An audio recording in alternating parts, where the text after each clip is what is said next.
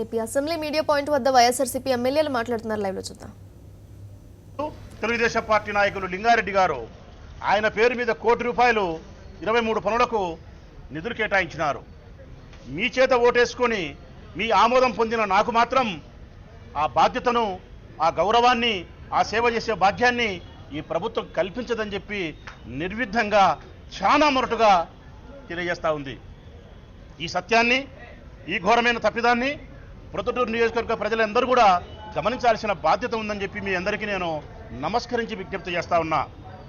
మీకు ఏదైనా మౌలిక సదుపాయాలు సమకూర్చలేకపోతున్నాను అంటే, మీ ఆకాంక్షల మేర వరకు నేను పని చేయలేకపోతున్నానంటే అది నా బాధ్యతారాహిత్యం కాదు. ఈ ప్రభుత్వం యొక్క బాధ్యతారాహిత్యం, ఈ ప్రభుత్వం యొక్క నిరంకుశమైన వైఖరి, ఈ ప్రభుత్వం యొక్క పక్షపాత ధోరణి, ఈ ప్రభుత్వానికి విశాలమైన హృదయం లేకపోవడం, చంద్రబాబు నాయుడు గారికి ఉన్నతమైన ఆదర్శమైన భావాలు లేకపోవడం. కాబట్టి నియోజకవర్గంలో ప్రజలందరూ కూడా ఈ కఠినమైన సత్యాన్ని గ్రహిస్తారని ఆకాంక్షిస్తున్నా. వైఎస్ఆర్ కాంగ్రెస్ పార్టీ నాయకత్వంలో ఈరోజు అందరం కూడా, శాసనసభ్యులం కూడా మా నియోజకవర్గాల అభివృద్ధి కోసం గట్టిగా మేము పట్టుబట్టినాం. ఖచ్చితంగా శాసనసభ్యుల ఆకాంక్ష మేరకు వారి నియోజకవర్గాల అభివృద్ధికి వారికి బాధ్యతలు అప్పచెప్పండి, వారి పేరిట నిధులు మంజూరు చేయండి అని చెప్పి గట్టిగా మీకోసం మేము పోరాటం చేస్తున్నాం. నాకు తెలియక ఒక మాట అడుగుతా ఉన్నా, ఈ ప్రభుత్వాన్ని ఏ మౌలిక సదుపాయాలైతే నా నియోజకవర్గ ప్రజలకు సమకూర్చడానికి నేను అర్హుని కాదో, నా నియోజకవర్గంలోని ప్రజలకు మంచినీరు, పారిశుద్ధ్యము, రోడ్లు, విద్యుత్తు, అభివృద్ధి, సంక్షేమ ఫలాలు అందించడానికి నాకు మీరు అవకాశం కల్పించకుండా అనర్హుడిగా భావిస్తున్నారో, మరి ఎందుకు నాకు మీరు గౌరవవేతనం ఇస్తానని చెప్పి ప్రభుత్వాన్ని అడుగుతా ఉన్నా. నేను దయచేసి నా గౌరవవేతనాన్ని కూడా కట్ చేయండి.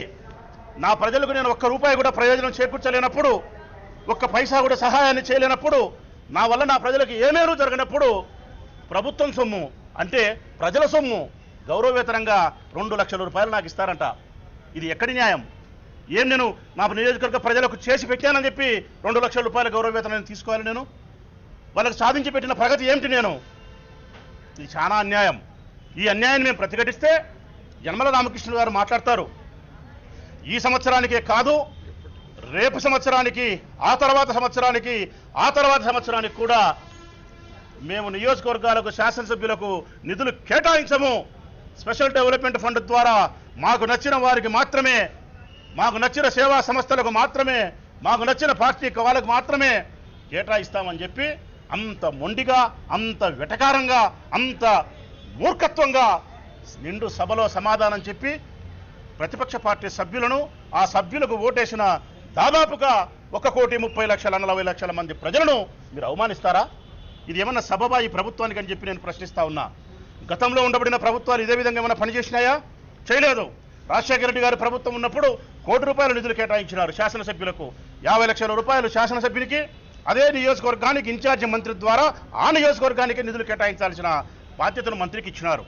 మరి ఈ రోజు కూడా ₹2 కోట్ల, ₹3 కోట్ల, ₹1 నియోజకవర్గ శాసనసభ్యులు కేటాయించి వారి ద్వారా మినిమం కనీసమైన సౌకర్యాలను ప్రజలకు అందించే బాధ్యతను చంద్రబాబు నాయుడు తీసుకోడా? మనం మా నియోజకవర్గాలను అభివృద్ధి చేసే కార్యక్రమాలకు శ్రీకారం చుట్టినప్పుడు ఈ రాష్ట్రం ముందుకు పోతా ఉందని చెప్తారా మీరు? ఈ దేశంలోని ఈ రాష్ట్రం 2020కి 3వ స్థానము, 2030కి 2వ స్థానము, ఆ తర్వాత 1వ స్థానము, ఈ దేశంలో అగ్రగామి రాష్ట్రం అని చెప్పి నోటికొచ్చిన సొట్ట కూతలన్నీ మీరు కూస్తా ఉంటే మేము అమాయకులమై, మూర్ఖులమై మేము వినాల్సిన పరిస్థితుల్లో ఉండామా? మా ప్రజలు ఏమన్నా అమాయకులు అనుకుంటారా మీరు? తప్పకుండా ఈ రాష్ట్రంలో ఉండబడిన ప్రజలందరూ కూడా ఈ కఠినమైన, కఠోరమైన సత్యాలను, ప్రజాస్వామ్య విరుద్ధమైన చర్యలను గమనిస్తూనే ఉంటారు. నీకు 2019లో బుద్ధి చెప్పి తీరుతారు. నా వరకు నా బాధ్యత అయితే నా నియోజకవర్గ ప్రజలకు వాస్తవ సత్యాన్ని చెప్పాల్సిన బాధ్యత ఉంది. నేను వారి పట్ల ఎంతో బాధ్యతగా ఉండా. వారు నాకు ఓటేసి గెలిపించి శాసనసభకు పంపించి ఇంత అఖండమైన గౌరవాన్ని నాకు ఇచ్చినందుకు వాళ్ళ పట్ల నేను సదా కృతజ్ఞతా భావన ఉండా.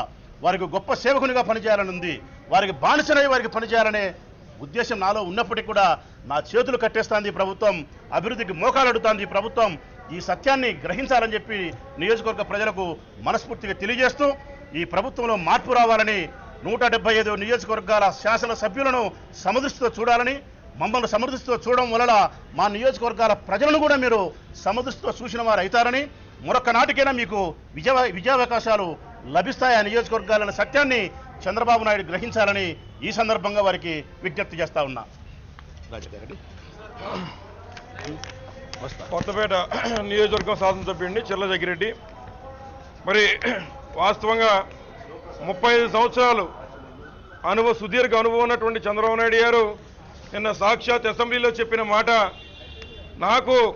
నేను అంబేద్కర్ గారి జయంతిని చాలా హుందాగా చేస్తాను, చక్కగా చేస్తాను, ఆయన రాజ్యాంగం అంటే నాకు గౌరవం అని చట్టసభలో చెప్పినటువంటి చంద్రబాబు నాయుడు గారు ఇచ్చినటువంటి జీవో ఏదైతే శాసనసభ్యుడి కేటాయింపు చేయవలసినటువంటి నిధుల్ని ఈరోజు మా మీద ప్రజాస్వామ్య పద్ధతిలో ప్రజల ఓటు హక్కు ద్వారా ఓడించినటువంటి వారు ఎవరైతే ఓడిపోయారో అటువంటి వారికి మరి ఎక్స్ఎమ్మెల్యేలకి 2 కోట్ల రూపాయల నిధులు మరి మంజూరు చేసినటువంటి ఘనత ఈ చంద్రబాబు నాయుడు గారికి దక్కుతుంది. రాజ్యాంగం పట్ల చంద్రబాబు నాయుడు గారికి ఉన్న విశ్వసనీయత, విధేయత ఏంటో ఈ జీవో ద్వారా మరి తేటతెల్లం అవుతోందని చెప్పి కోరుతున్నాను. ముఖ్యంగా నా నియోజకవర్గ ప్రజలు ఇది 2వసారి నన్ను గెలిపించడం, వారి ఆకాంక్షల మేర అక్కడ ఉన్నటువంటి వస్తువులు ఏర్పాటు చేయడం కోసం, వారందరూ కష్ట సుఖాల్లో భాగం పంచుకోవడం కోసం మరి వారు నన్ను గెలిపిస్తే ఈరోజు ప్రజా తీర్పును పక్కన పెట్టి నారా చంద్రబాబు నాయుడు గారు ఈ రకంగా శాసనసభ్యుల్ని బ్లాక్మెయిల్ చేసే కార్యక్రమం చేస్తూ ఉన్నారు. ఈ రకంగా శాసనసభ్యుడికి ఇవ్వాల్సిన కనీస నిధులు కూడా ఇవ్వకుండా వారిని పూర్తిగా అణగదొక్కాలని, అలాగే ఏదైతే మరి ఉన్నటువంటి హాస్పిటల్ కమిటీలో శాసనసభ్యుల్ని మరి చైర్మన్లుగా తీసేయడం జరిగింది.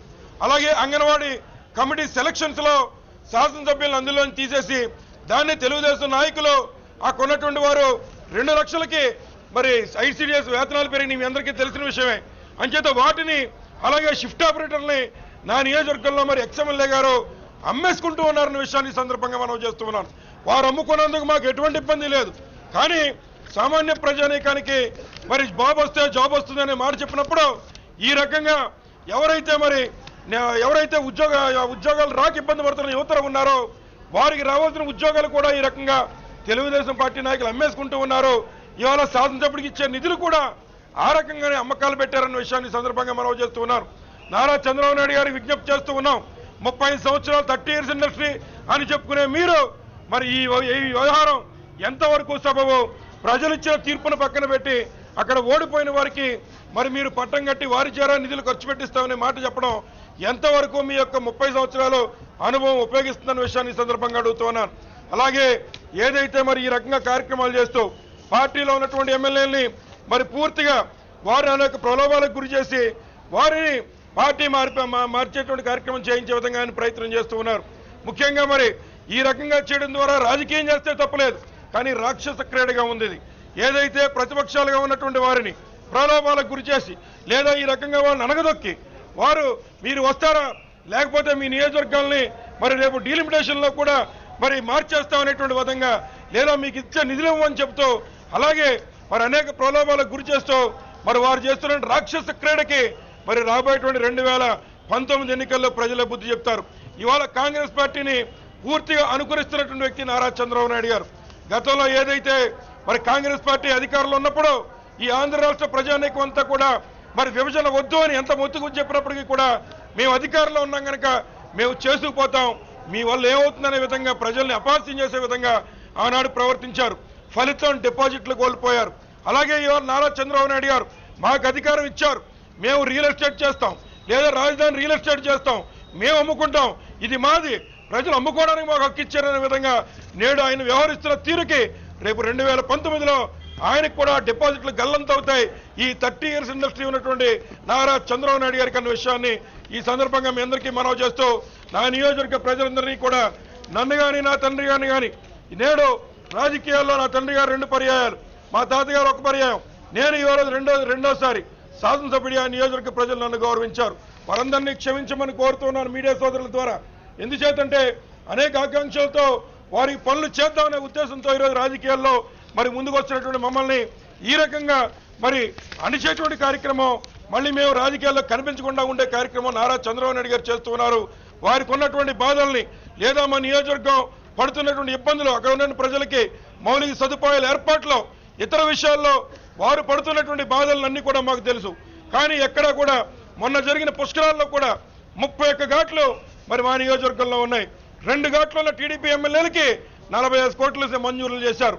మా నియోజకవర్గంలో వాడపల్లి దేవస్థానం 2వ తిరుపతిగా ఉంది, కానీ నియోజకవర్గం వైఎస్ఆర్ అయ్యేసరికి వెంకన్న బాబును కూడా దూరం పెట్టే కార్యక్రమం ఈ తెలుగుదేశం పార్టీ వారు చేస్తూ ఉన్నారు. ఏ నియోజకవర్గం అయినా అక్కడ ఉన్న ప్రజలను దృష్టిలో పెట్టుకుని పనులు చేయాలి కానీ వైఎస్ఆర్ లేకపోతే టీడీపీ అనే విధంగా చంద్రబాబు నాయుడు గారు ప్రవర్తించడం మంచిది కాదని కోరుతూ ఉన్నాను. అలాగే ఆఖరిగా మనం చేస్తూ ఉన్నాను, మా నియోజకవర్గంలో ఏదైతే జిల్లా అంతటికీ ఒకే ప్రోటోకాల్, రాష్ట్రం అంతటికీ ఒకే ప్రోటోకాల్ ఉంటుంది. ఈ రోజు మేము వైఎస్ఆర్ పార్టీలో ఉండడం వల్ల మాకు శాసనసభ్యుడి యొక్క పేరు శిలాఫలకాల మీద మా నియోజకవర్గంలో 6వ పేరుగా వేస్తూ ఉన్నారు. జిల్లా అంతా 2వ పేరులో మరి శాసనసభ్యుడి పేరు వేస్తూ ఉంటే మా నియోజకవర్గంలో మాత్రం మా పేరు శాసనసభ్యుడి పేరు 6వ స్థానంలో పట్టుకొస్తూ ఉన్నారు. దీని మీద ప్రివిలేజ్ కమిటీకి ఇస్తే మరి స్పీకర్ గారు కూడా స్పందించట్లేదు. వారిని కూడా ఎన్నికలు అయిన తర్వాత మరి వారిని కూడా ఈ శాసనసభ సమావేశాలు అయిన తర్వాత ప్రివిలేజ్ కమిటీకి రిఫర్ చేయమని అడుగుతాం.